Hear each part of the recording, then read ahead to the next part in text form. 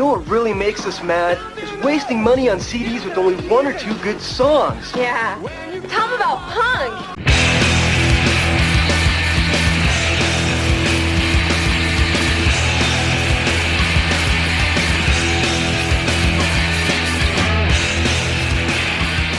What's up, posers? Welcome to Punk Lotto Pod. I'm your co-host, Justin Hensley. I'm your other co-host, Dylan Hensley. And this is the show where we choose 1 year at random and select one punk, hardcore, emo, or punk-adjacent album from that year to discuss. Today we are talking about an album from the year 1984. And before we get into that, if you want to hear more on the year 1984, you can head over to patreon.com/punklautopod. For $1, you get access to all of our weekly bonus audio, where last week we did a chart dive on the 1984 May 12th Billboard Rock Tracks chart. So we typically do like the modern rock charts, but there wasn't a modern rock chart yet in 1984. So we just did the top tracks, and then we talked a little bit about the albums too, the rock albums chart. So yeah, a lot of Cars. yeah, a lot of the Cars, a lot of Dwight Twilley. Yeah, a lot of Rush. Yeah, a lot of Rush. Too much Rush. 80s pop Rush. And for $10, you get to do, for a one-time donation, you get to choose what album we devote an entire episode to. So if you got an idea for one, send it our way. But yeah, 1984, a year that we have covered not as many times as I initially thought we had. We have only covered this year 4 other times. Most recently was episode 219, and that was Husker Du's Zen Arcade with the band Ivy League. Then we did an episode 147, Naked Ray Gun's Throb Throb, which I remember we did that episode. We were like, is this really an 84 record? I think we debated when it actually came out. And then yeah, that one was one I found a lot of interesting like scans of articles and things about that one. I think we came to the conclusion that it was probably generally an 84 record, but that copies may have been available like prior. Yeah. Prior to that, we did Black Flag Slip It In with Ann Lepore of the Machine Shop. So, that name sounds familiar. And what? I wonder who that's for. And then way back in episode 15, we did Flippers Gone Fishing, as well as the Subhumans Rats EP. Is that the first episode we got hate mail for? We got double in trouble for that one. Yeah. Oh, we did. Yeah, we got yelled at by different people about Flipper and the Subhumans. Yeah. Yeah, go give us a rating or review. I don't know. I don't know that it matters anymore. Yeah, it feels like our podcast's dying. A lot of the apps have died, and like Google just shut down the Google podcasting app, and they just are like, we're just going to put it in YouTube Music. So I don't know. I don't know if that's just them trying to streamline more than anything, but yeah, it's probably somewhat part of it. But yeah, I think the idea that podcasts were going to make a lot of money for the industry, like for tech and for, I guess it really would just be for tech. They were like, yeah, this is too much for us to sustain. We're not getting enough money back from it because, yeah, the joke's on you. There was never any money in podcasts. Yeah. You think those Purple Carrot and Blue Apron spots were, paying that well? Like, like NPR has very successful podcasts because they are tax funded. It's public radio. Yeah. It seems like most major podcasts are part of either a podcasting network of some sort, or even like the celebrity hosted ones are still like part of networks too. So it feels like those are the ones that are like the bit making the most money. But I don't know. I don't necessarily think that. I mean, I get it. I get wanting to make a money off a podcast. Duh. That's why we have a Patreon. But also, like, I don't know.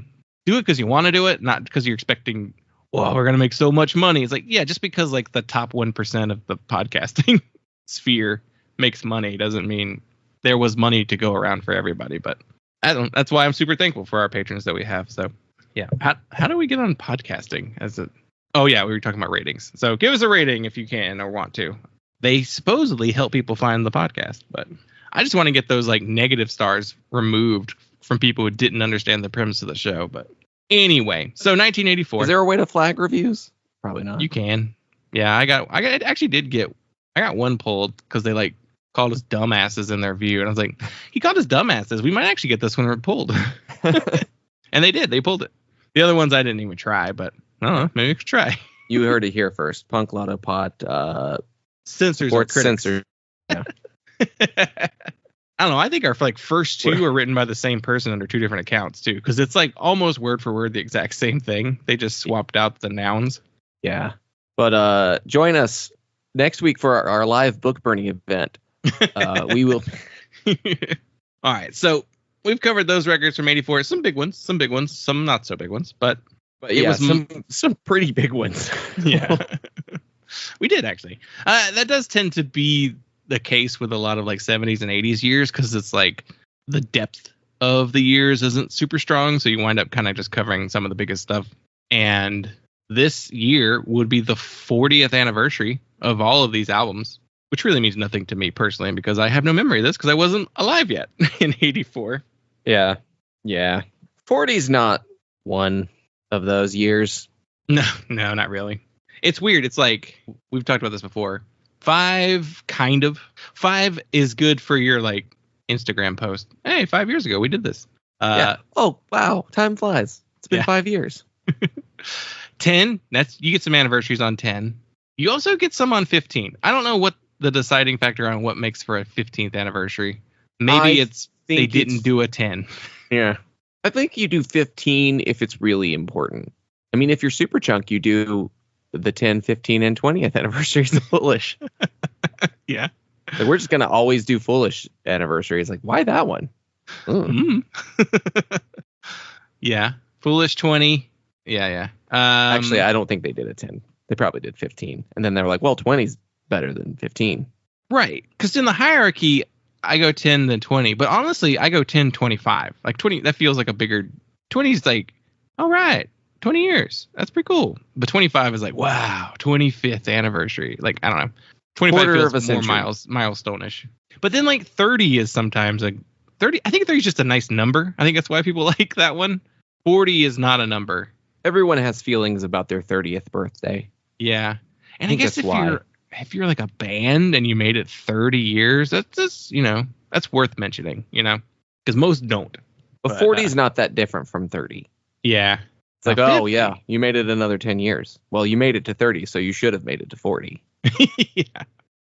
Yeah. What's the percentage of bands who make it to 30 who also make it to 50 versus like the bands that make it to 10 to 30? Yeah. And then 50 is a big deal just because it's like, wow, 50 years. I guess after 50, you kind of get every 10. I guess, yeah. If you're, the Rolling Stones. Because who else has been around for 60 plus years? So it was the Rolling Stones. They can even just be like, we're still alive, like every year. So in 1984, it was my turn to select the album that we talked about, and we talked a little bit about it. I had a handful of records that I was thinking of. I was like, we could do this one. I guess I'll name the specific ones that I was considering though. So I was considering Echo and the Bunnymen's Ocean Rain. We have previously covered one of the other Echo and the Bunnymen records.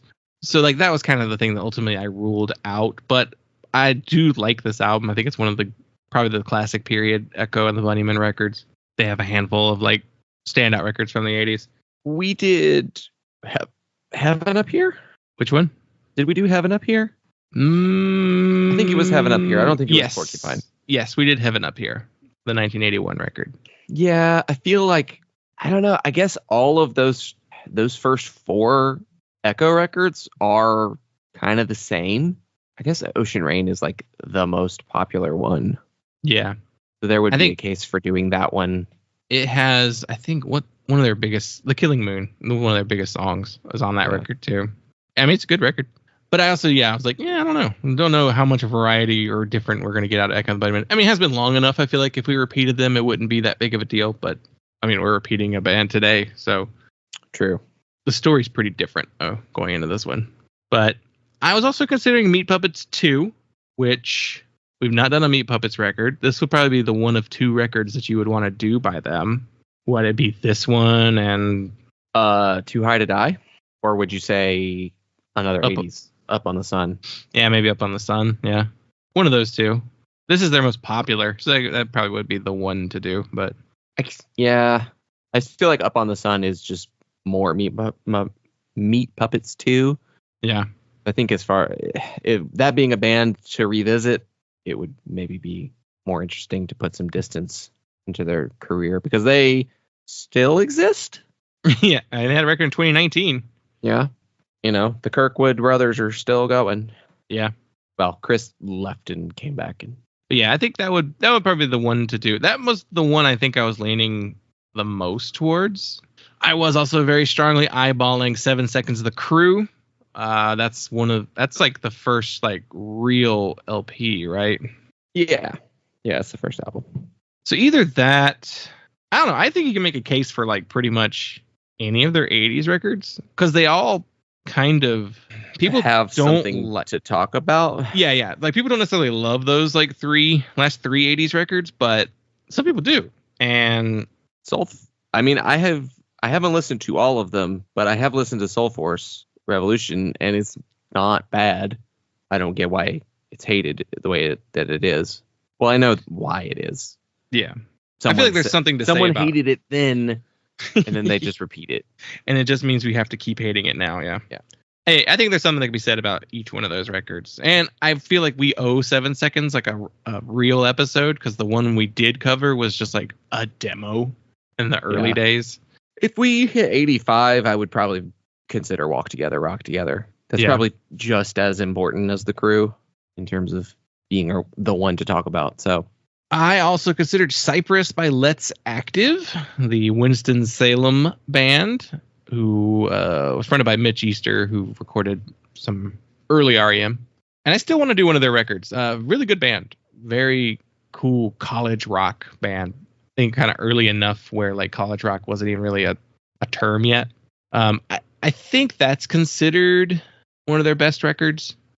They have like 3 EPs or something, like 3 LPs and like an EP. But yeah, I definitely would like to talk about them one day. And then Mirror Moves by the Psychedelic Furs, which we talked about briefly on the Patreon chart dive. We're getting into like the poppier side of the Psychedelic Furs, but yeah, it's been a long time since we've done one of their records too. So that would be one. That was one I was strongly considering. Which we talked about with Anne. We did. Yeah, we got a double dip of Anne Lepore band topics here. So we talked about it, and one of the reasons why we did decide on the record we're talking about today is we're trying a new thing. We're gonna try for a couple weeks. We're gonna break the format of the show again. No, I'm not saying this isn't breaking the format. We're gonna try and actually pick popular records. We're gonna try to talk about stuff that people want to hear about. Instead of being like, well, I want to talk about this record because I really like it. It's like, well, how about we talk about a record that's really big and might actually get people to listen to the show who haven't otherwise listened. Oh shit! Is this the right time frame for sweeps? I don't think so. We're in like season finale time period. I think it's too late for sweeps week. We missed sweeps week. I think that's in April. Yeah. Oops. All right, it's our season finale then. Except we're not going to stop. Yeah. It's like wrestling. This is the pay-per-view. It's too late for WrestleMania though. That was earlier too. Yeah, that was like first week in April, I believe. Maybe in March even. I don't know. It's funny.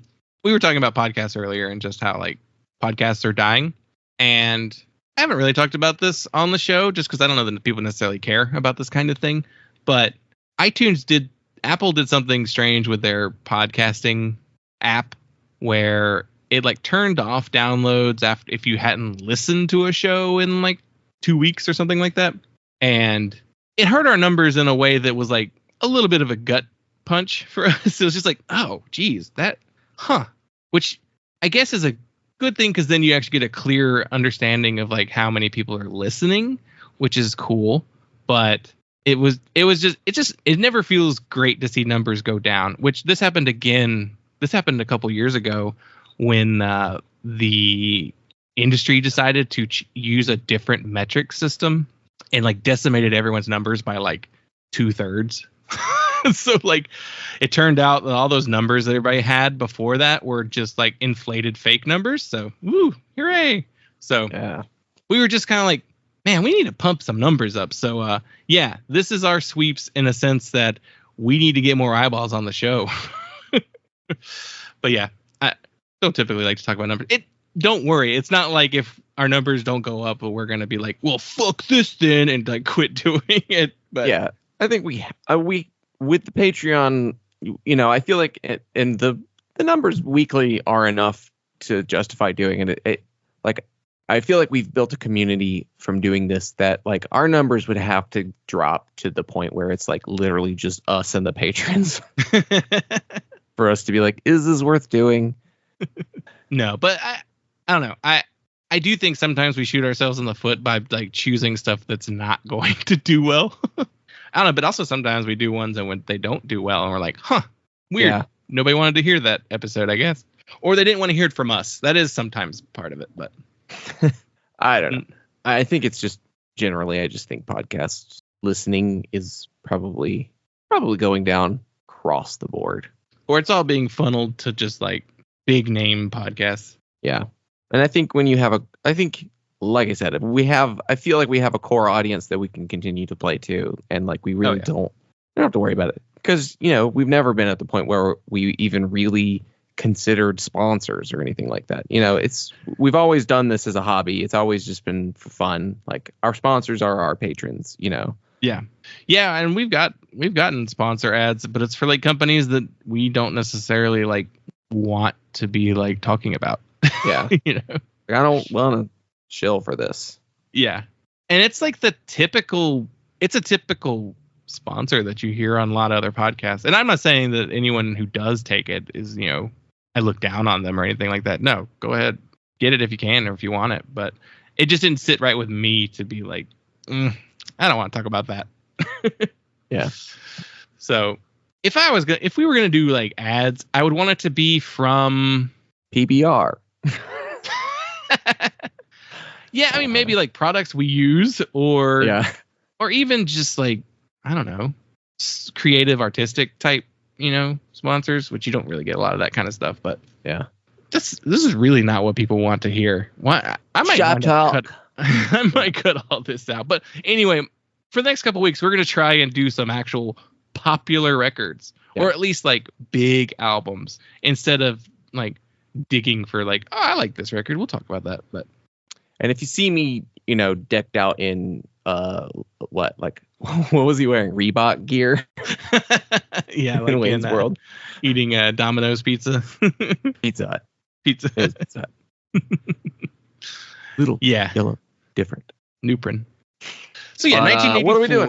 1984. Let's see. If it was your turn to choose the album we were talking about, what would you select from 1984? Oh man. See, we've talked about Double Nickels on someone else's show. Yeah, we have. We previously discussed Double Nickels on the Dime by the Minutemen on Spinning Out. We did that episode together with Josh Robbins. So, but we haven't done it on our show, except for in like 100 and 100. We did it there, but yeah, we've said every time we say that we then have to say, but that doesn't count because it was a minute. Yeah. It's fine to talk about those albums again because we barely said anything about them. Yeah. Still counting them though. No, but I think I could have a lot of fun doing Too Tough to Die by Ramones.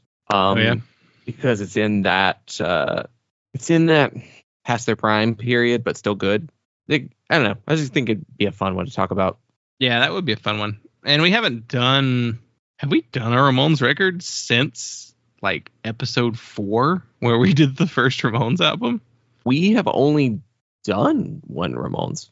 We did the Joey Ramone Christmas EP. Yeah, but I'm pretty sure we've only talked about one Ramones, like a whole episode on a Ramones album. We've definitely talked about the Ramones many times on the show, but yeah, I did Animal Boy on the Dance of Days But yeah, guess we're due for one.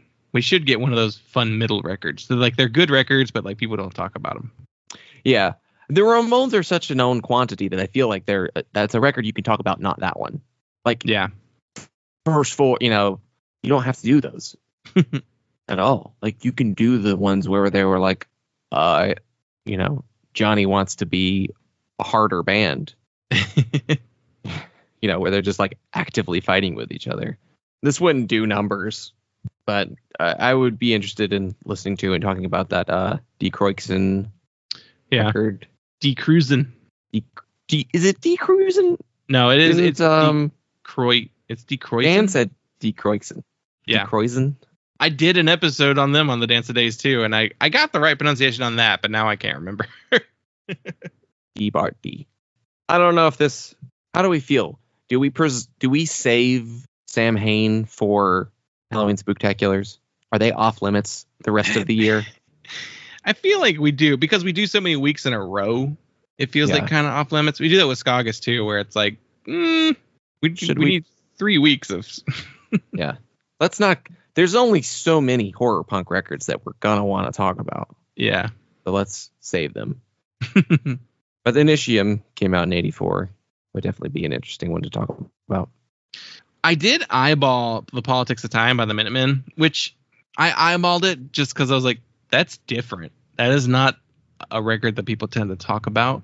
It's also essentially a compilation of their like pre-Minutemen material. So I don't know how good it even really is. I've listened to it. It's not one I go back to. And it's pretty long too. No, it's actually not. It's 33 minutes, but it's like 27 songs. It's because it's pre-early Minutemen, so it's like short songs. I don't know. But 84 kind of makes sense to do the big stuff. Yeah. Looking at the chart, there's not much really obscure stuff that I would want to talk about. Like, I guess like a Gauze record could be cool, but how much am I really going to say about it? Yeah. Yeah, I guess we'll find out in the future whenever we do inevitably come back to 1984 and start talking about more stuff. But there's enough left to talk about. There's an Articles of Faith record. There's enough less obvious stuff to talk about, but not a ton. Yeah. But I think I don't think it's as bad as like 76, where it's like, well, there's nothing left to talk about. Yeah, we talked about them all. There's a Shonen Knife record. That's something to talk about. Yeah, it's really early Shonen Knife, so I don't even know what that even sounds like. Is that? I mean, you've been threatening us with a P-Modal album for like years now. Yeah. I don't think I'd pick that one. I've never heard that one. I would do like the first two. Well, all right, let's get into the actual album. So we got the year 1984, and I selected My War by Black Flag.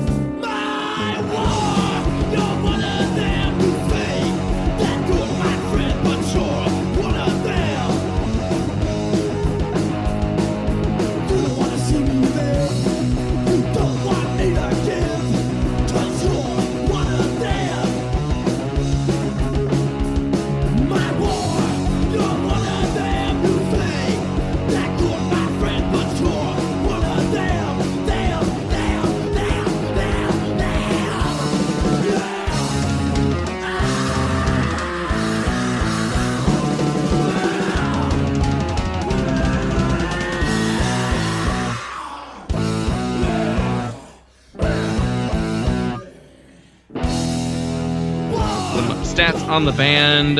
Formed in 1976, Black Flag was originally from Hermosa Beach, California, before moving to Los Angeles. This record was released March 1984 on SST Records, and this is the band's second full-length album. The personnel on this record is Henry Rollins on vocals and Greg Ginn on guitar and bass, which he was credited as Dale Dixon on the bass for this record. and Bill Stevenson on drums.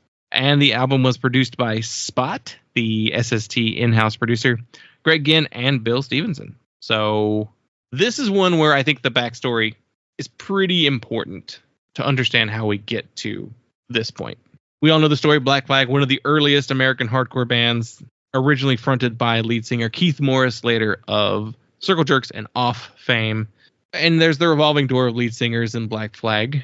We have Ron Reyes taking over shortly, and then Des Cadena, before Henry Rollins settles in as probably the most iconic lead singer of Black Flag and the longest tenured member.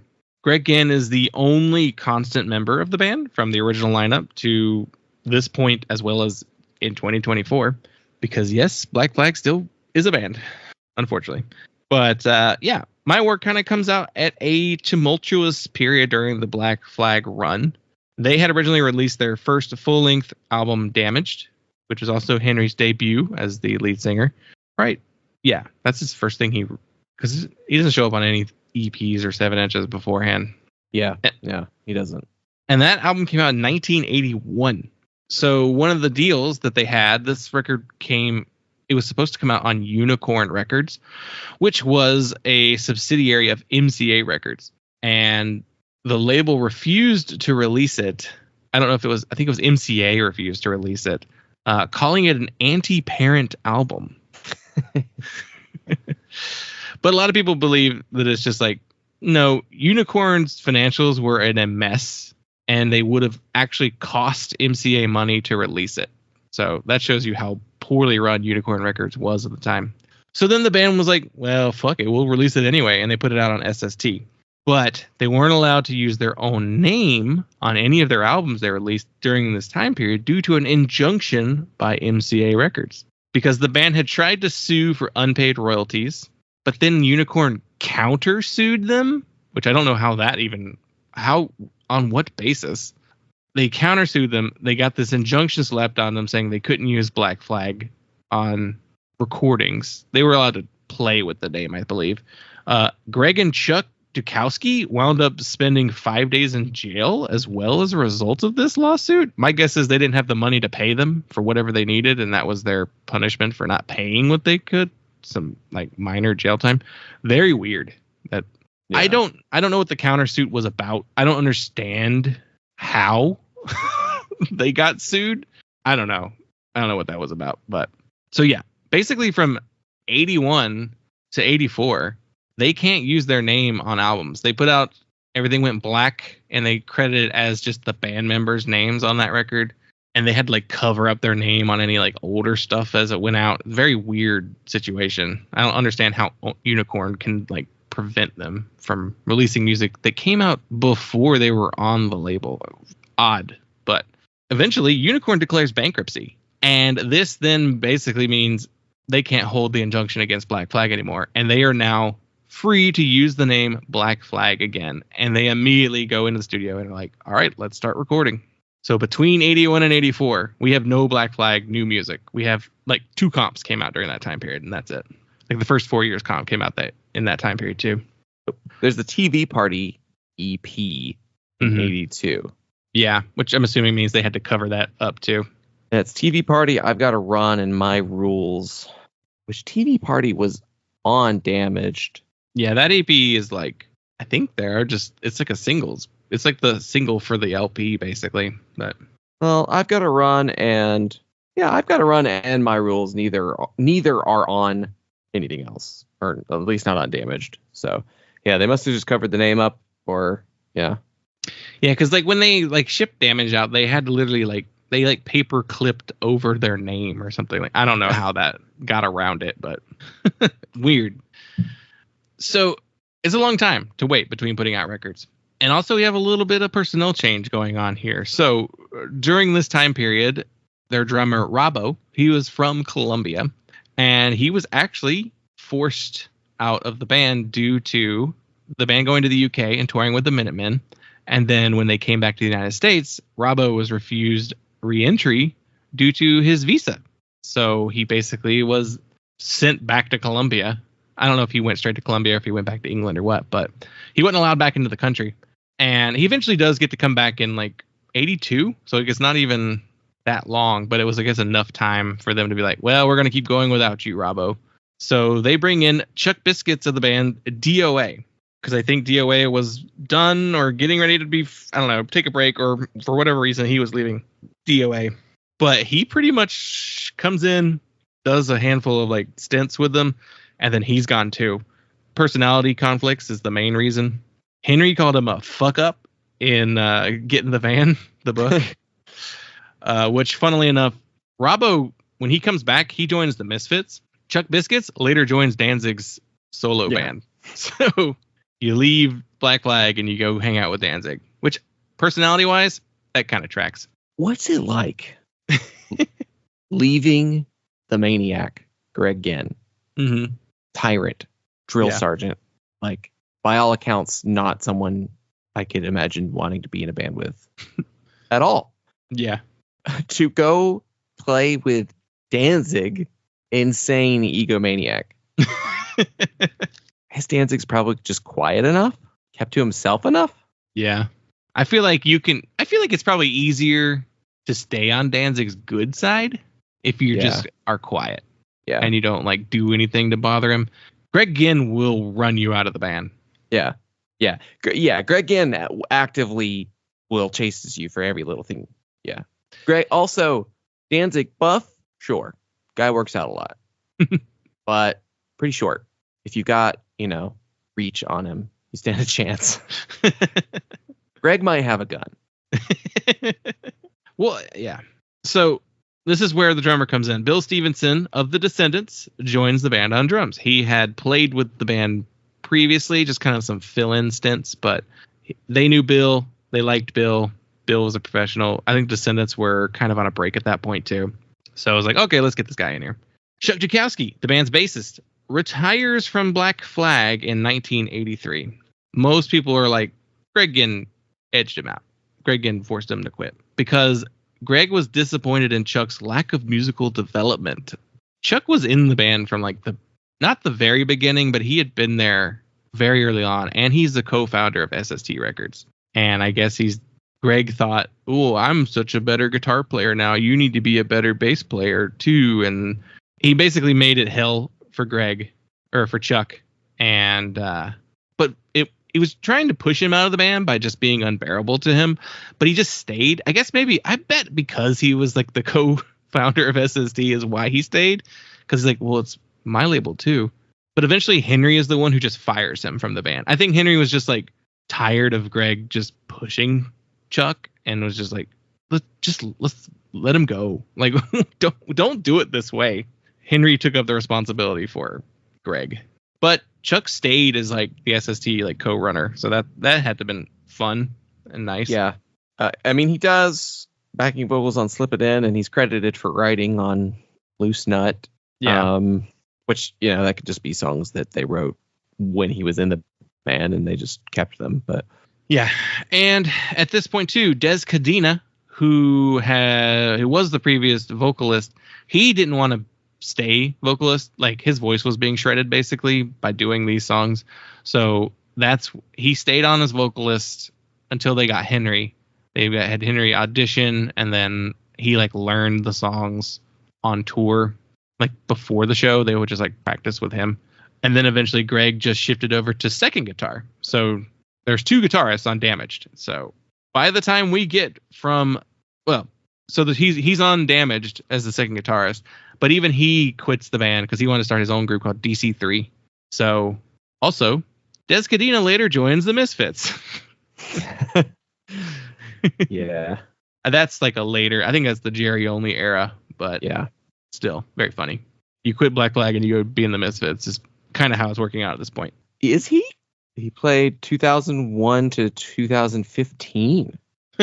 Yeah, with them, I think. So yeah, between Damaged and My War, you have lost 3 of the 5 people who were on Damaged, and now you have no bass player, 1 guitar player, and a new drummer.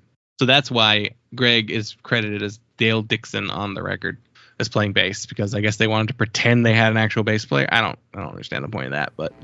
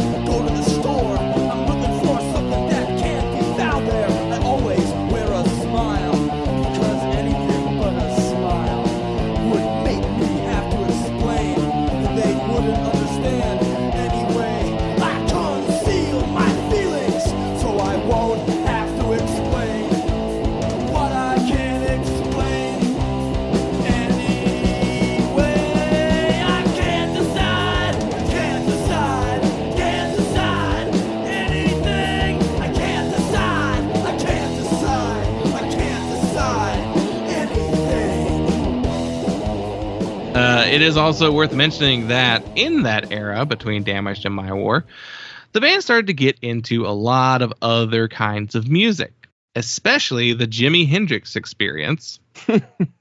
And Greg Ginn started smoking a lot of weed. They're basically disillusioned with the Los Angeles punk scene as well. They stopped listening to punk and hardcore at this time, and they do gravitate more to some of the more experimental bands like Flipper and Void, but also like really dipping into Black Sabbath, which was an early influence on them, but heavily influenced by Black Sabbath.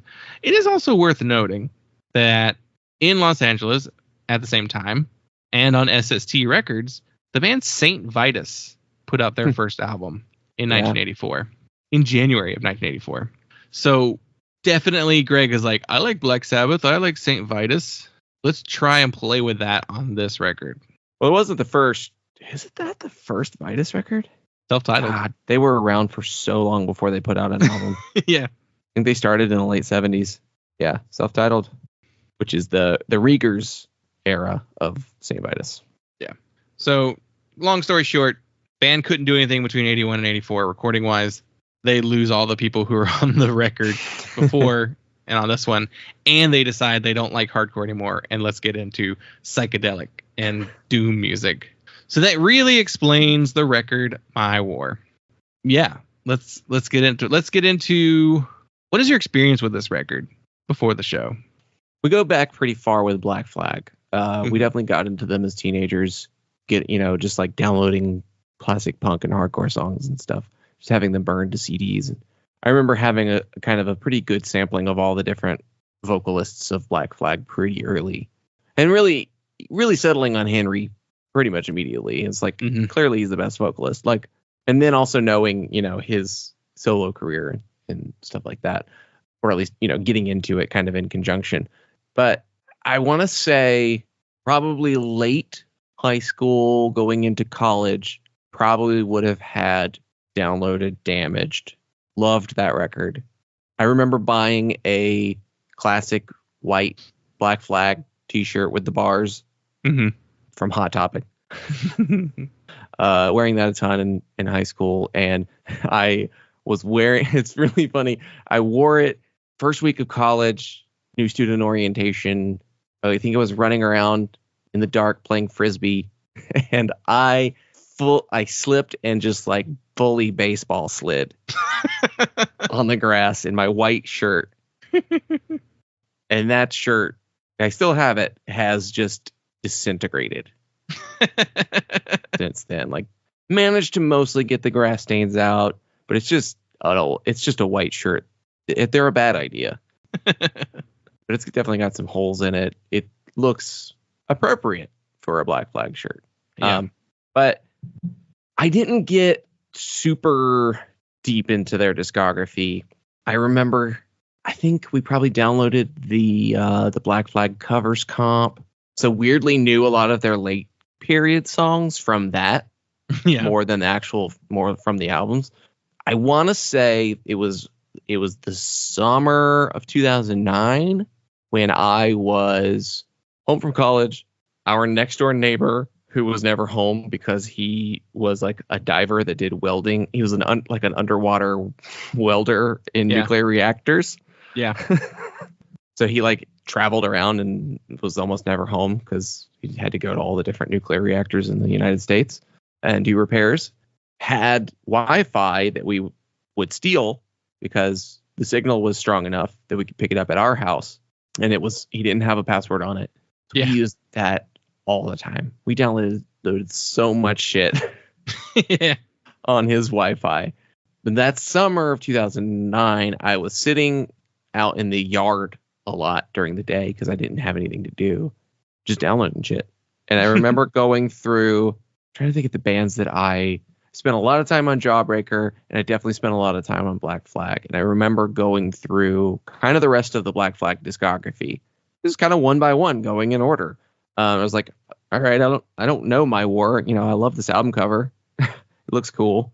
Seen this artwork and kind of know the song My War. So like I downloaded that. I downloaded Family Man. I downloaded Slip It In. I think I did all of them. I probably Woof. even got all the way to In My Head. Whoa, in my head.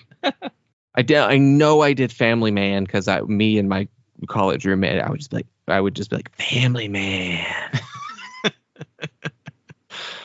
So that was bored as shit, sitting in the yard, hot, listening to Black Flag on probably my laptop speakers like a maniac. Not doing nothing. Yeah. Like I didn't have a job. I didn't have a car then. I mean, that summer we started the band and the hardcore band, but yeah, mostly the day to day was just sit and download music and sit and post on Tumblr all day long. So I worked my way through the Black Flag discography that summer. So my experience with My War was, oh, this is kind of a legendary record. And I think I remember listening to it and being like, I like the first half of it. I don't like the second half. Like, I really at all. I don't think I liked the second half at all. So I don't think I listened to the entire My War record like until the last couple of years. Weirdly, like I think I just knew. I was like, yeah, second side of My War is not any good, and like I know the song My War, and I think I skipped it when I was like initially getting into Black Flag, and like never went back really until maybe a couple years ago. Like I mean I don't know for sure exactly when I would have heard it the first time, and I definitely would have been like, I get it. I get why people say the second half is not very good, but also it depends on who you ask, right? So that becomes the thing, right? Like this is known for being one of the most polarizing records in the Black Flag discography, probably one of the most polarizing punk records of all time, because they decided to start getting into like more doom and experimental and psychedelic and all that kind of stuff music. They actually did start incorporating that into the faster hardcore music as well. So they started doing a lot more solos and like shredding and playing around with like jazz and blues. I think poorly in all three cases. He's playing around, experimenting with all these different sounds, but like doing none of them very well. And so then at the time, there were people who just outright don't like the record entirely because they just didn't like the change from Damage to My War. But I think the general consensus turned into, well, the A-side's pretty good. The B-side, not so much. But there are major defenders of this record. Like, there are people who just, like, love the B-side. I think it's a slightly contrarian take for a lot of them, but I know there are people who genuinely enjoy it. But well, it kind of becomes, it's cited. And I guess I would like to find the actual quotes from people. Citation needed. Who are claiming its influence, because it's cited as a predecessor to sludge metal and noise rock, or at least like fairly influential on noise rock. Noise rock is kind of developing at this time already, just out of no wave. But I think the people that mostly claim it are like more on the grunge world, the Melvins, Mudhoney, Nirvana people. I think really reference it. Not Kevin. Kurt. Mark Arm. Mark Arm definitely, says he was moved to tears in 83. Well, it couldn't have been 83 because the record wasn't out in 83. Yeah. Citation needed. It could have been 83. They could have been playing it live. I guess. Like Kurt Cobain says he saw them on the My War tour. That was a big influence for him. And it's on like his like list of 100 records. It's in one of his journals. Yeah. I've seen that referenced multiple times in the last like week. I was like, I didn't realize we had like a full list that we were referring to now. Like, oh, it's the master list of Kurt Cobain influenced records. But yeah. And then, so it's like super influential on grunge and sludge and like stoner too, but not to a lesser degree. But I don't know that it's that influential to sludge. The Melvins maybe loved it. And the Melvins are very important for sludge. Yeah. But I don't know that every sludge band is like, oh yeah, it's all B-side of My War. Like, I feel like most of the sludge bands are like, I was listening to Industrial and Black Sabbath.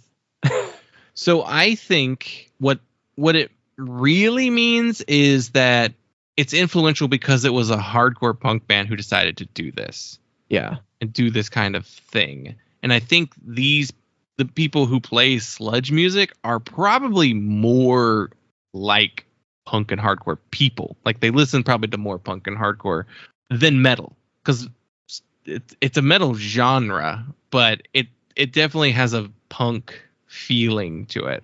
Like, you know, like the it's punk kids playing metal. Yeah, that's what I think it is. It because all these people were punks who later become grunge and sludge bands. So they're not rockers, they're not metalheads, you know, because there was that big divide between metalheads and rockers and punks, which the band totally played with, because at this time they all grew their hair out, and that was considered a no-no in the punk and hardcore scene.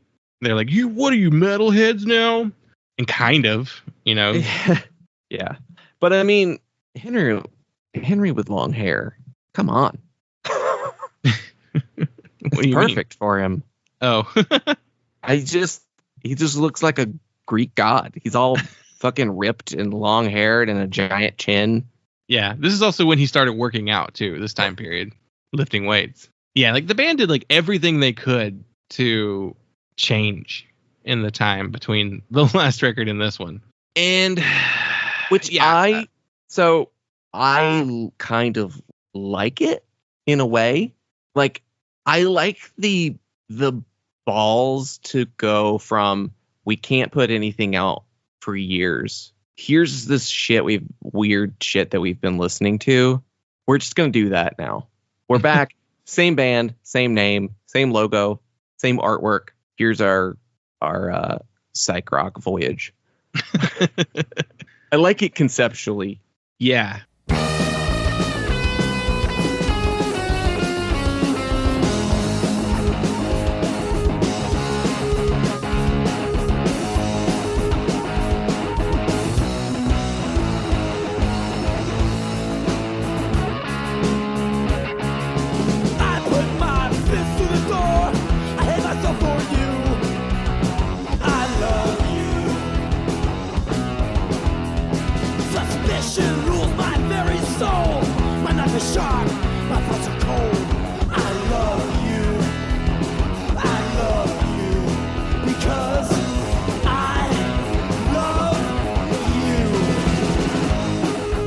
I guess we can talk about the music then. So, what do you think of this record?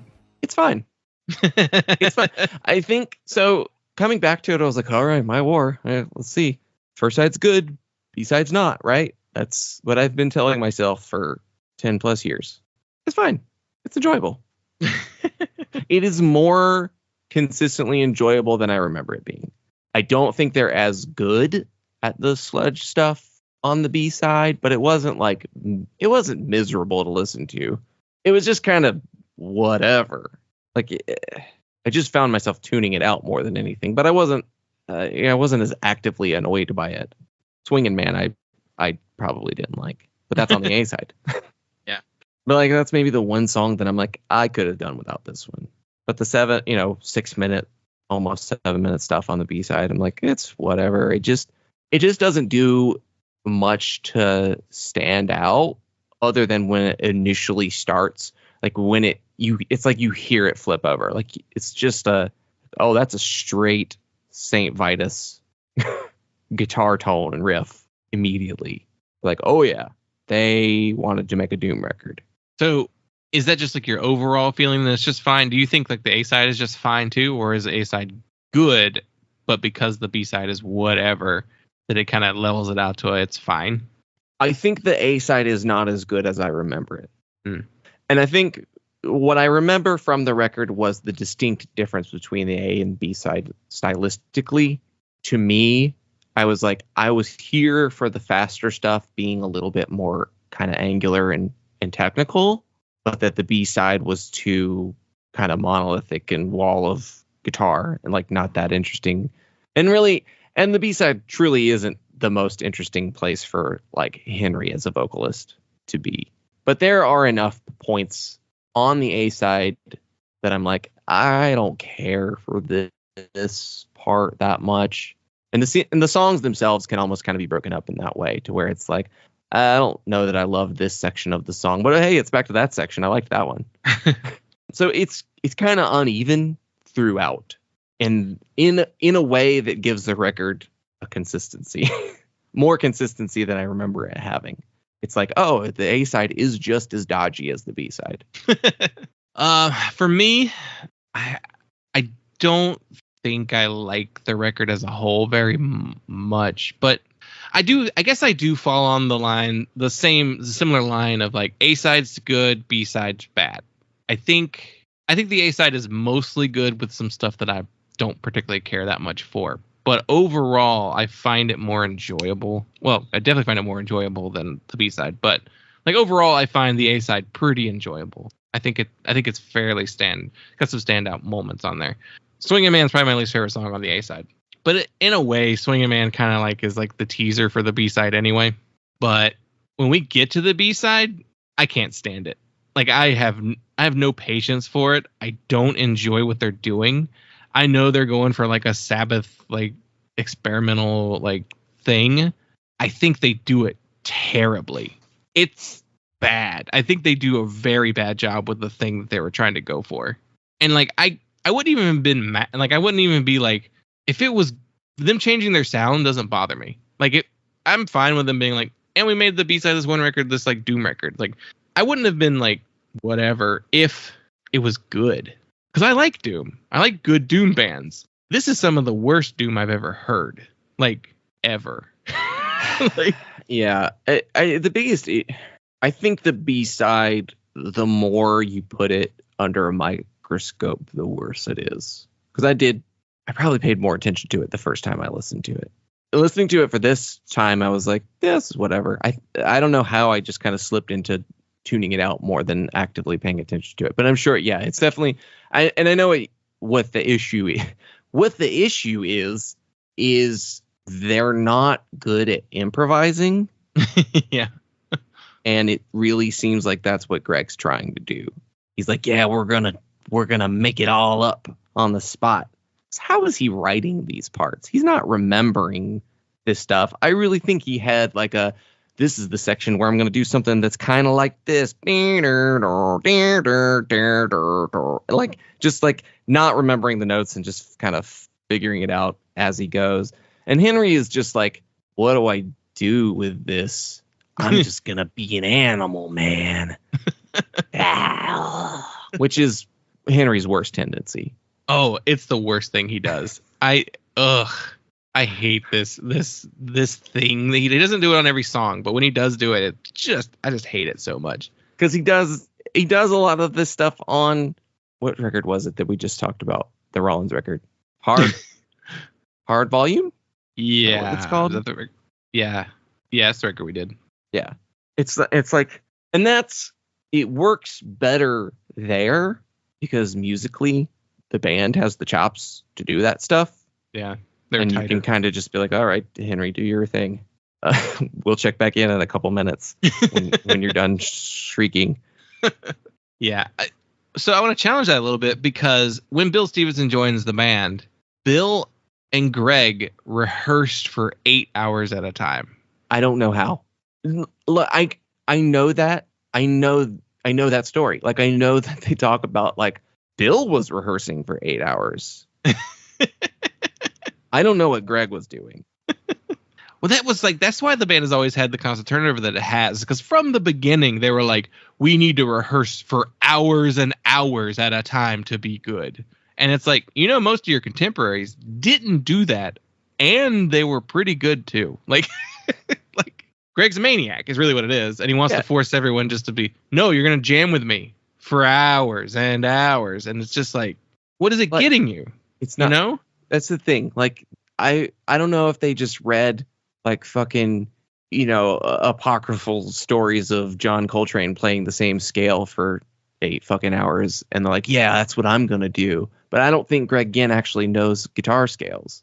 I don't think he actually knows the fucking scales because the shit he's playing is not, it's guessing. It all sounds like he's guessing. A Greg Ginn solo is the most guessed bullshit, off time, unrepeatable guitar solo. And maybe I need to see some more live footage of them and like compare it note for note. And like, maybe I'm wrong. And he's like actually a wizard of like micro micro-rhythmic. He's like the Thelonious Monk of punk guitarists, but I don't think so. Because I enjoy listening to Thelonious Monk sound like he's smacking the keyboard. I don't enjoy Greg Ginn's most out there guitar work has always been my absolute least favorite of parts of Black Flag, other than the like Family Man Henry spoken word shit. God, that shit is so bad. So one tactic I've kind of taken to get preparing for these shows is now listening to the album before and after the main one we're talking about, just to kind of get a context of where the band is at. So I listened to Damaged and I was like, Damaged rules. It's great. I know these songs front to back. There's that shitty instrumental track in there though, but that leads us to believe, that's what's coming soon. Really, everyone should have seen it coming when that song. Just be like, oh fuck, they're gonna do that, aren't they? And then I listened to Family Man because it's the one that came out right after. I didn't listen to all of Family Man. I listened to the songs. I skipped the Henry Rollins spoken word bullshit. I am not listening to that. Which, how many actual songs? It's like four or five, and they're all instrumental. Well, except for the first one. The first one actually has some vocals, but the rest are all instrumental. And I'm just like, fuck, this sucks so much. Family Man's the worst Black Flag record, though I haven't listened to What The, so maybe that one's worse, but yeah, probably.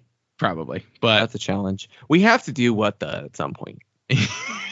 Maybe that's the punishing on the show. Yeah. Birthday album. We get the right year. The birthday spanking. You must listen to What The. You got to listen to Son of a Motherfucker or whatever, that Green Day record. I've already listened to that record. Yeah. I liked Half of My War initially, didn't care for the B-side of My War. Then I remember listening to Family Man and just in that going through the discography, and I was like, what the fuck is this? Why are they doing this? To me, it's not a real record. To me, No. It's just like a vanity project that they did under the Black Flag umbrella. Yeah, so bad. Yeah, but I do think the A-side's pretty good though, and like My War, the song itself, like all-time great Black Flag song. That song's amazing. That song's brilliant, and it feels like totally just an accident that it's good. Or maybe the fact that Chuck Dukowski wrote that song. He wrote My War and I Love You, which are the two best songs on this record, I think. Yeah. I really like I Love You. I do like, though, Can't Decide. I think that's a pretty good song. Fun. I like the chorus I love on that one. chorus. That Can't Decide's a really good one for Henry's voice too. Yeah. Like, I can't decide. Like, that song has issues overall. It's definitely too long, but I'm also not mad when they come back to Can't Decide, the chorus at the end again. Yeah. I think Beat My Head Against the Wall is mostly good. It's another one that has problems where it's just like, all right, we could trim the fat on this thing. You don't need to have all these parts to it. Little slow, but Yeah. it has good Henry vocals on that one though. And they do that weird like melody change in the middle of the song too. I guess that's where they're like, there's our jazz part. But Yeah. Such a lame dream. and I think I Love You is second best track on the album. It's a really fun song, lighthearted even. And then like Forever Time, Henry's pretty good, too jammy. Swingin' Man I don't like that much. It's probably my least favorite on the A side. Yeah, Forever Time's too repetitive. Yeah. Ultimately, I think Henry sounds good, and complaining about Henry Rollins being repetitive, I'm just like, do you even like Henry Rollins then? Yeah, I don't really complain about him being repetitive because Black Coffee is like one of my favorite Black Flag songs, and it's the same line over and over again. Drinking black coffee, drinking black coffee, again and again. Was he drinking black coffee?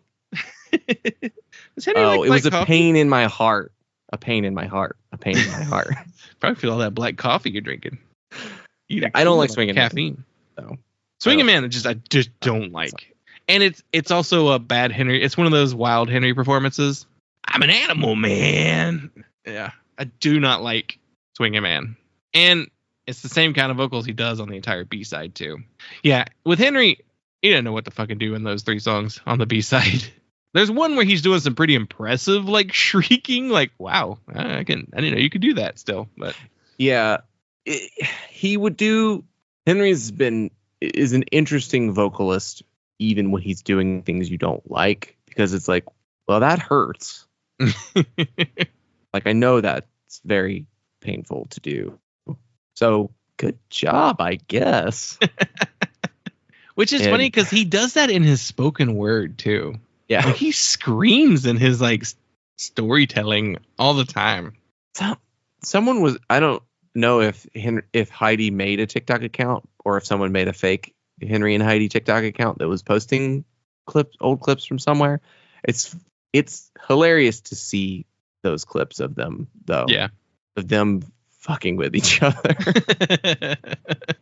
And it's so funny how goofy and silly he is. Yeah. But you can kind of see it too. Like, I could see that's how he was in DC with Ian. Like, I could see him just being that goofy, silly guy. When he got to Black Flag is when, I guess it started in SOA too, but like, it's also funny that Ian is silly too. Yeah. Yeah. Like Ian and Henry are just two goofy guys that make each other giggle all the time. But otherwise they're like, Henry's like, arms crossed, frowning. Like, I watch history documentaries for fun. Yeah. And Ian is like, obviously no fun. Like, no moshing. Tell your friend, fuck you. Yeah. And they were saying too, like, when Henry joined the band, they couldn't write funny songs anymore. Was like what Greg was saying. I was like, you can. He can pull off funny. Yeah. He's hilarious. He's very funny. You could have. You just chose not to. Maybe he couldn't pull off that like Keith Morris like sassy sarcastic thing that he had going on, but like I don't think Dez pulled that off either. Yeah. Ron. Maybe Ron. I don't know. And I don't think Keith even kept trying to do it. Yeah. So this is one of 4 records released by Black Flag in 1984, which, yeah, because you couldn't do anything for 4 years, you're going to be like, all right, we're going to put a bunch of shit out. So they put this out. They put out Family Man, which is bullshit. I hate it. Then Slip It In is later that year. And the Live 84 as well, which live record, But still, that's 4 records from the band in 1 year. It's an interesting record in the sense that like the legacy it's got a weird legacy. At the time, there aren't a ton of reviews on this record. I did find a Robert Christgau review where he basically said the B-side is a waste. He gave it like a B though, or like a B- or something like that. So he must have liked the A-side well enough. And like there's an All Music review, which definitely would have been a lot later, that has an interesting little part to it. It says, Black Flag, however, start this period somewhat inauspiciously with My War, a pretentious mess of a record with a totally worthless second side, featuring 3 tracks of slower than Black Sabbath muck, with Henry Rollins howling like a caged animal. It was self-indulgence masquerading as inspiration and about as much fun as wading through a tar pit. Side 1, however, was quite good, with the title track especially intimidating. So it's a weird record in the... I remember seeing... What was that band? I saw them at Fest. They were like a traditional like hardcore band. And they handed out mini bats to the crowd. So that was I'm sure that was a brilliant idea, guys. In Defense, that might have been their name or something like that. But they were talking, like, and they're doing some little banter, and the lead singer's like, when did it become cool to like the B-side of My War more than the A-side? Like, because this was a time period, I guess, where like we're still a lot of like sludgy kind of hardcore was going on. That was not the place to bring that joke up at Fest, because Fest didn't have a ton of that kind of music, but it was funny. That's a Simpsons joke, right? Mini bat day. Yeah. But they did. He handed in a mini bat. Get him. He ruined mini bat day. Throw all the mini bats at him. Okay, well, so when you picked this record, one of the things I wanted to talk about was, I think the joke I made was hardcore needs to have another everybody tries to rewrite My War again, period, to weed out all of the posers and the climbers. So did everyone... I don't know. I've heard so many people, like I listened to friend of the show Hugo's podcast, Violent Treatment. They did a whole episode on like My War by Black Flag, and they were both talking about how like, yeah, it's a really big influential record. And I'm just like, Who did this influence? I don't know what hardcore bands are influenced by this record. Like, and I've seen it in other places, and you just mentioned it just now. Like, who was influenced by this record? Because nobody sounds like this record. It was, I vaguely remember this time period. And I feel like it's not actually that people wanted to sound like My War. I think it's more that people sounded like Slip It In. Yeah, it's the real record everyone's trying to do. But it was definitely in that, like, all of the bands that were doing like the kind of stoogey hardcore, the like, what are they fucking called? Well, like Blacklisted a little bit, getting weird. Yeah, I just never took that as this. I took that as like, I don't know. I remember seeing when Piss Jeans when they blew up. I remember that being around the same time period where I was just seeing the My War album cover all the time on Tumblr. I saw it all the time too, but it's because it's a cool album cover. Yeah. It's probably one of the best Black Flag covers. I think if anything, everyone who cited My War as an influence was doing so more spiritually than literally. Like definitely taking influence from the song My War, and then otherwise just having a vague idea in their head that it's a sludgy hardcore record. So let's just do that, whatever that means. Noise rock, hardcore. I guess like that makes more sense to me than anyone actually trying to sound like this record, because I don't think anyone ever successfully sounded like this record. Piss Jeans might be the one who got closest. Maybe they were all Mysterious Guy hardcore bands and you never heard them because their music wasn't online. Was Mysterious Guy hardcore not online? I thought the idea behind that was just like, we don't really talk to the media or the press or about what our songs are about. I've been making Mysterious Guy hardcore jokes for like 10 years, and I don't think I've ever properly known. I've seen it described multiple times, and I'm still like, what does it mean, though? What are you saying? Like, the descriptions are bad. Like, it took me forever to actually figure out what the fuck Amazing Core was actually supposed to be. And even then, I still only kind of have an idea of what it's supposed to be. And I had, like, the wrong bands in mind. It's the type of hardcore I didn't listen to is really what that was. Like, oh, Bane and Modern Life is War. That's Amazing Core. Oh, I don't listen to those bands. So Hoax, I think, is like a pretty big Hoax. Cult Ritual, Raw Nerve. I think that's what people call the Mysterious Guy hardcore. Yeah. So just bands with no like presence. Yeah. Other than you can see them live. Yeah. Mostly only put out 7 inches. Yeah. I mean, like you said, it must. Do I need a fedora and a trench coat to listen to it? That's what someone on Reddit asked.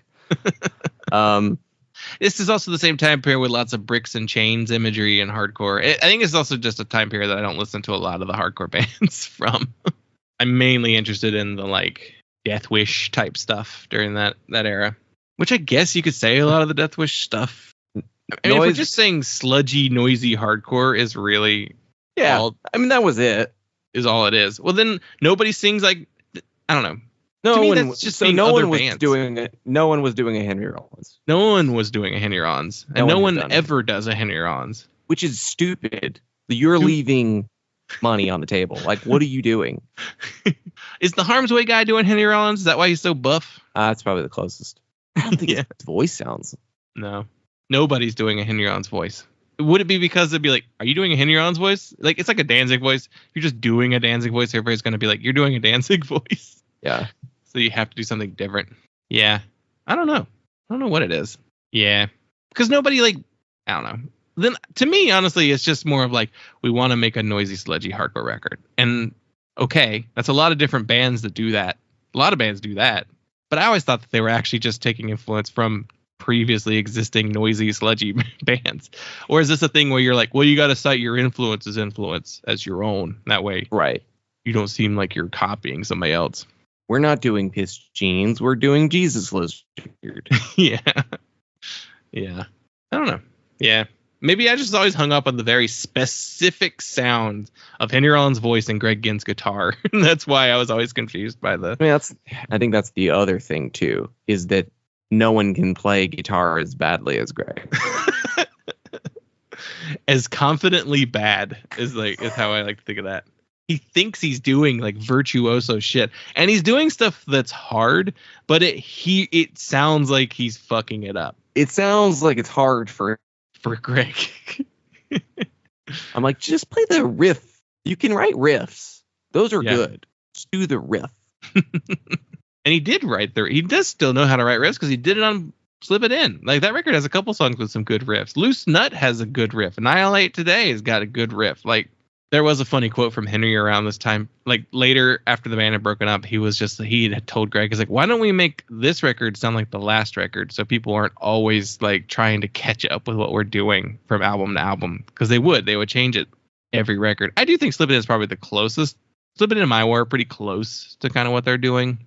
There are some jams on Slip It In, but they feel more like the Damaged jam than the slow stoner jams on this record.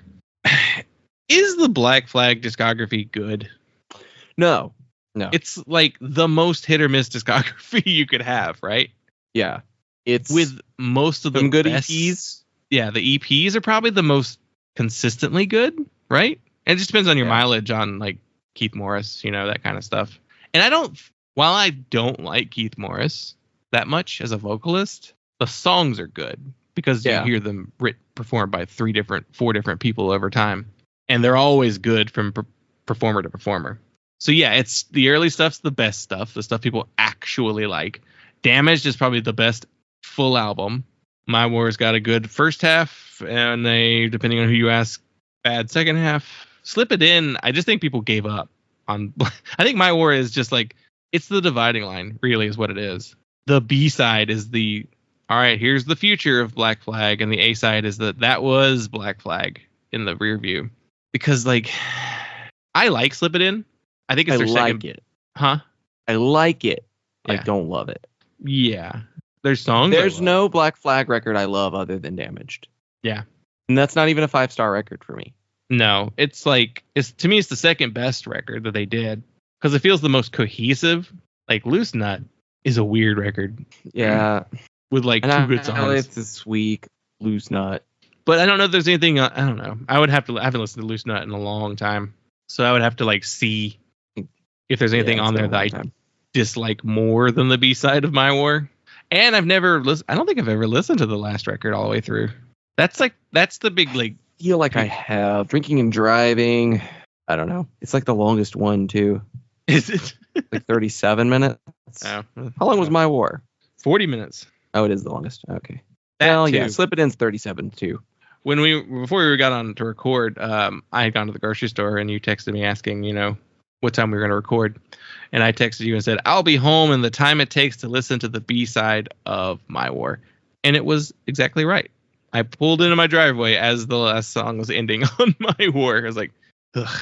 I think the length, if it was like, that made me feel, you telling me I'll be done when I'm finished with I'll be back when I'm finished with the B side of My War made me feel the length of the B side of My War more than listening to it this time. Because I was like, damn, how long is the B side? It's like 20 minutes, like 18 maybe. But yeah, because I started it when I got in the car and it was ending as I pulled in the driveway. So and that's now my new measurement of distance. How many B sides of My War away is that? Oh, 3? Okay. Yeah. How many Minutemen songs is that? How many 15? Minutemen songs away? Yeah, I've never... Because I've listened to... That's a comp, too. They have too many comps for a band. Like, they released too many comps as an active band. First 4 years, Everything Went Black, and Wasted Again. Who's Got the 10 in a Hat? That's a live record, okay. Yeah. 2 live records. That's annoying. And then In My Head... Yeah, I don't know. I don't know that I've heard this record. Now that I think about it, who's he? Isn't like everybody gone in the band again by that point? It's another one of those ones where like just Greg and Henry again on In My Head. Yeah, it's once Kira joins, she stays. Like Bill Stevens, she quit. She gets forced out too. They said for erratic behavior. She's on In My Head. Oh, she is. Yeah. Oh, so she's then the bass player, but she most probably fired immediately after. Yeah, and Bill's there too. So okay, it's the Slip It In lineup then. Okay, man, I have not listened to that record. It's too. Ugh. Yeah.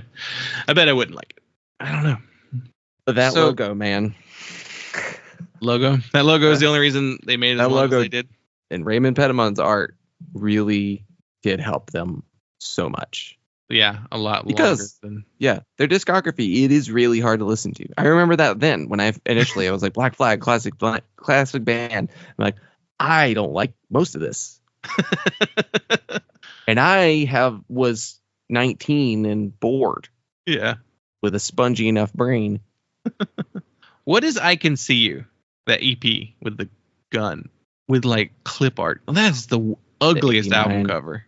Is it leftover stuff? Because it's I don't know. Let's see. Because it lists Henry, Greg, Kira, and Bill. Recorded before the departure of Bill Stevenson and Kira Rossler. 3 of the tracks were originally included on the cassette and CD editions of In My Head 1985. So it's kind of like leftovers. Yeah. 3 years after they broke up. So it's just a little like, Yeah. Recorded in 85. yeah, probably just like one last thing to get it. Because if they're doing vinyl mostly through SST, then probably to get those songs on vinyl, the main idea. And it was the last thing released. Until what the? Until there's the Down in the Dirt, the 2013 singles. There was something else. I feel like there's like I guess there's some bootlegs off and on. Well, Down in the Dirt is what the singles. Yeah, I guess this would have been released before, but I guess, what is the process of weeding out? Is that just an EP? Yeah, it's only 4 songs. Yeah. yeah, And then there's the Minute Flag. That is a disappointment. Do you remember the first time you listened to Minute Flag? Because I do. And I listened to it and I was like, this sucks. I don't think I listened to it. I think I probably didn't listen to it because you were like, don't. It's not good. And it's like, man, you ruined the Minutemen. Like, how'd you do that, Greg Ginn? Oh, it's because it's I did not remember this. It consists entirely of instrumentals with the exception of Fetch the Water, which features D. Boone on lead vocals. So you get the Minutemen in there and you decide to go, and let's jam. It's like, God, Greg, you fucking suck. I mean, he sucks as a person anyway, but Stop trying to jam. Henry too said that like there was a period where like Greg just became obsessed with weed and like he could not be separated from his little box of weed. Like it could not be out of his sight and without of like reach at all times. That's what it is. He just got too high. He baked himself and And he's still insane yeah. too. Like, how did that not chill him the fuck out? How are you that high all the time and you're not, but you're still insufferable? Yeah. How are you practicing for 8 hours? Oh my God. Everybody stop. Greg's got to hit the bowl again. Yeah, well, Minute Flag wasn't ever actually supposed to be released. Oh, was that something? Well, it was, they said not to release it until one of the bands disbands. And then D. Boone dies. And so, of course, Black Flag Yeah. puts it out. Which is probably it's probably Mike and D and George being like, that wasn't good. Don't put that out. Yeah. I don't want people to think that that's what we sound like. Because Minutemen can jam too, and their jams are fun. And their jams are a minute and a half long at most. True. Yeah, they don't eat up all your time.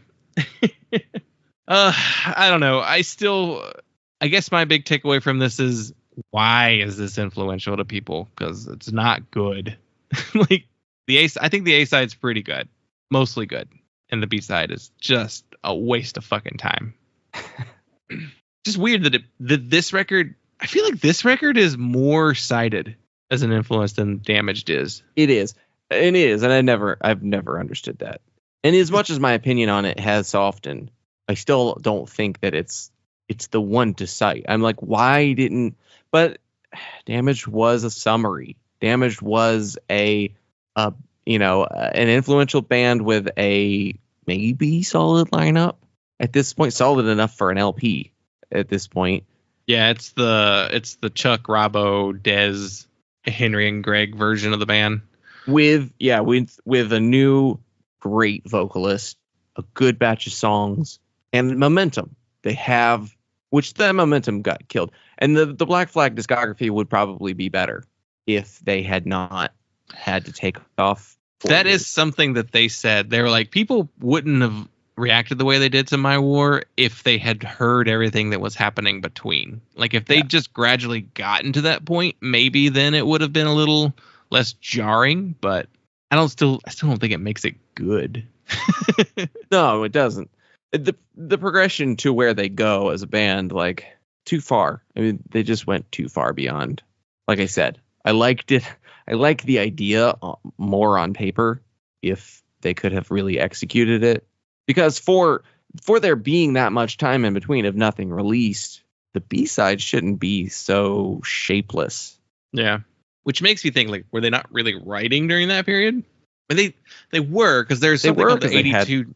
There's the demos, the 82 demos, which some of the songs from this record are on there. So, like, I mean, there's something there. Yeah, they had enough material for 2 full albums. Yeah, in 1 year, yeah. In 84. So when they came back, they wrote enough. Family Man.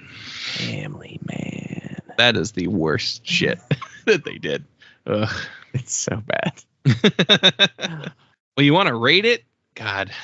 I can't go higher than a 2.5. Wow.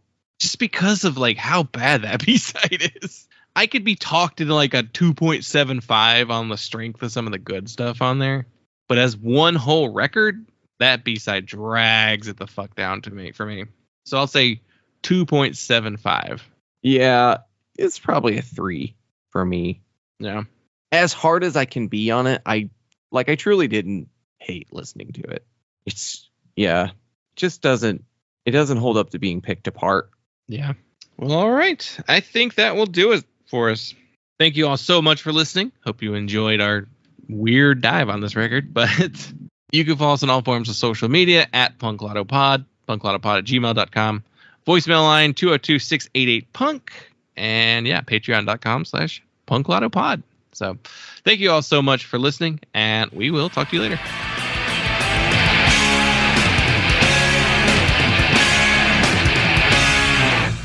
To order Punk, call the number on your screen. Rush delivery is available. Remember, this special offer is not sold in stores.